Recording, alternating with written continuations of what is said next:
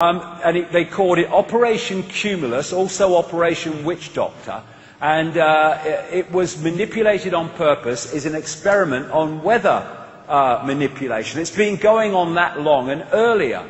Here is a US Air Force document, 1996. It describes the artificial creation of floods, hurricanes, droughts and earthquakes, and continues.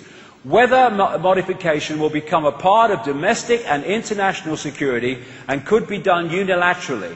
It could have offensive and defensive applications and even be used for deterrence purposes. The ability to generate precipitation, fog, storms on Earth, to modify space weather, and the production of artificial weather all are part of an integrated set of military technologies. Now, of course, most people will now be bloody aware, my God, were we bombarded this year or what, with chemtrails, not contrails which disappear, condensation trails, chemtrails that don't disappear if they come out the back of these bloody aircraft. They stay around and they come out and eventually drop to the earth, and they have strontium, they have aluminium, they have barium. It's acidifying water, it's acidifying the land, and it is causing tremendous impacts on human health, cumulatively, again, the coal. But it's doing something else. In the HARP patents and specifications, etc., in the description of a researcher describing and summarizing what it said this: dispersed metallic particles such as aluminium, barium and strontium, the main chemical ingredients of chemtrails, or ingredients of chemtrails, may increase the atmosphere's conductivity and therefore enhance HARP's weather modification performance. So it's doing that as well. So where am I going with this? Well, I'm going here. Dr. Richard Day, 1969, the weather will be modified and used as a weapon of war to create drought or famine. A weapon of war against who?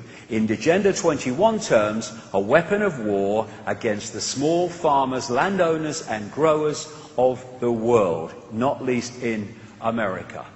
We have had in America this massive drought this year, which has devastated small independent farmers and growers. Of course, the big bloody corporations can cope with it, got unlimited bloody funds when they're part of the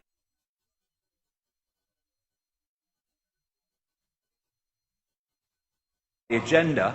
And so, also, in 2011 and other times, we've had these extraordinary forests of tornadoes. It was about 300 in a period of 3 days at one point. I think it was 2011. And that, of course, is devastating rural communities and what have you. Creating tornadoes with HARP technology, child's bloody play. And what have we had in this country? Devastating weather and floods, which again has had a massive impact upon small farmers and growers. And you know, there was a report for the European Parliament, a European Parliament committee in the 1990s, about HARP.